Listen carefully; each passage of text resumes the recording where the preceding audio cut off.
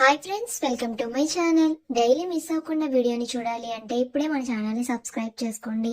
ఇక అర్ధరాత్రి అవ్వడంతో దర్శన్, శరణ్య ఇద్దరూ కూడా బెడ్ మీద పడుకుని ఉంటారు. ఇక అప్పుడే మెల్లగా తన రూమ్ లో నుంచి సౌమ్య బయటకి వచ్చి దర్శన్ వాళ్ళ రూమ్ బయట నుంచుని, దర్శన్ ఒకసారి బయటికి రా అని అయితే మెల్లగా అంటుంది.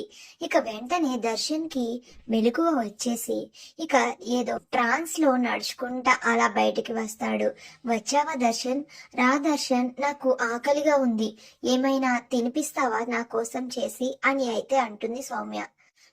అలాగే చేస్తాను అని అయితే దర్శన్ చెప్తాడు. ఇక వెంటనే దర్శన్ వెళ్ళి ఫ్రూట్స్ కట్ చేసి ఇక ఒక బౌల్లో వేసుకుని తీసుకుని వచ్చి సౌమ్యకి ఇస్తూ ఉంటే, దర్శన్ నీ చేతులతోనే నాకు తినిపించు అని అయితే సౌమ్య అంటూ ఉంటుంది.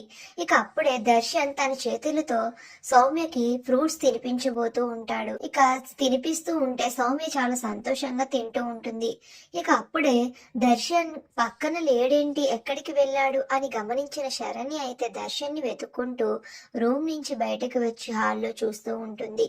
ఇక అప్పుడే హాల్లో దర్శన్, సౌమ్య ఇద్దరు ఫ్రూట్స్ తినిపించుకోవడం చూసి, ఏ నీకెంత ధైర్యం ఉంటే నా భర్తతోనే ఫ్రూట్స్ తినిపించుకుంటావా అనేసి సౌమ్యని లాగిపెట్టి చెంప మీద ఒకటి కొడుతుంది.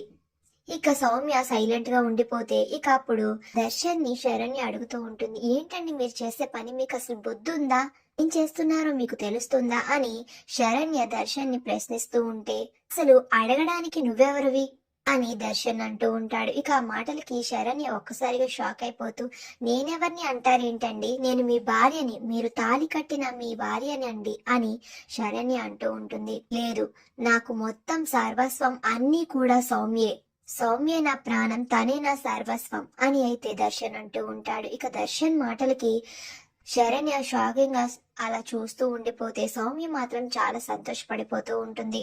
మరి నెక్స్ట్ ఏం జరుగుతుంది అనేది నెక్స్ట్ వీడియోలో తెలుసుకుందాం. ఇంతకీ ఈ రోజు పెట్టిన ముగ్గు నచ్చితే ప్లీజ్ సబ్స్క్రైబ్.